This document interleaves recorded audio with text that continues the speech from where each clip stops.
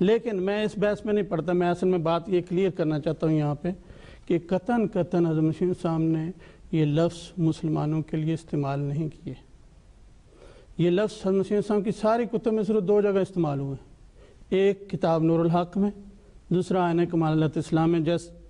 جتنی میں نے تحقیق کی اس کے مطابق کسی اور جگہ ہوں تو مجھے پتہ نہیں، لیکن میں نے تھورولی دیکھا ہے، مجھے 2 جگہ ملی۔ نور الحق جو کتاب ہے یہ پادری عماد الدین اور رجب علی اور جیسے دوسرے پادریوں کے بارے میں ہے جو ہندوستان میں بہت بڑے مولوی تھے، پہلے خطیب تھے اور عیسائیوں کے زیر اثر مرتد ہوئے اور پھر نبی کریم صلی اللہ علیہ وسلم اور قرآن کے گستاخ بنے اور شاتم رسول کہلائے، اور نبی کریم صلی اللہ علیہ وسلم کے خلاف انہوں نے اتنی گندی زبان استعمال کی کہ خود عیسائی پادریوں نے کہا کہ اگر ہندوستان میں کوئی فتنہ پڑا تو یہ عماد الدین کی اس کتاب کی وجہ سے پڑے گا۔ تو حضرت مسیح صاحب نے اس کے جواب میں نور الحق عربی میں لکھی، کیونکہ عربی کا وہ دعویٰ کرتے تھے اور مسلمانوں کو یہ اس طرح گمراہ کرتے تھے کہ ہم عربی دان ہیں، ہم عالم ہیں، ہمیں پتہ ہے، جو عیسائی کہتے ہیں وہ ٹھیک ہے، قرآن شریف کی کوئی حیثیت نہیں، حضرت عیسیٰ علیہ السلام زندہ ہیں اس لیے ہم مرتد ہو کے عیسائی ہو گئے ہیں۔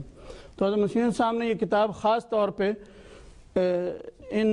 2 عماد الدین اور رجب علی پادریوں کے بارے میں لکھی جو شاتم رسول اور شاتم قرآن تھے۔ دوسری جگہ آئینہ کمالات اسلام کا عربی حصہ ہے جہاں پہ یہ لفظ ہے۔ اب یہاں دیکھیں،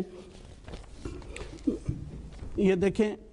نور الحق کا صفحہ 163 ہے جہاں پہ یہ ذریت البغایا کا لفظ آیا ہے، اور یہاں یہ دیکھیں حضرت مسیح صاحب فرماتے ہیں انی ادعو البرکت واللعنت امام النصارى، یہ نصارہ کا لفظ ہے۔ برکت اور لعنت کیا ہے؟ حضور اس کی تفسیر فرماتے ہیں کہ میری اس کتاب کے مقابل میں اگر ان کو عربی دانی کا اتنا ذوم ہے، عربی میں کتاب لکھیں اور مجھ سے انعام لیں، یا دوسری صورت یہ ہے کہ توبہ کریں اور توہین قرآن چھوڑیں۔ یہ دیکھیں توہین قرآن کا لفظ ہے، ٹھیک ہے۔ دوسری صورت لعنت کی ہے کہ میری کتاب کا جواب نہ دیں اور خدا تعالیٰ کے ہاں لعنت پائیں۔ اور اس کے بعد حضور فرماتے ہیں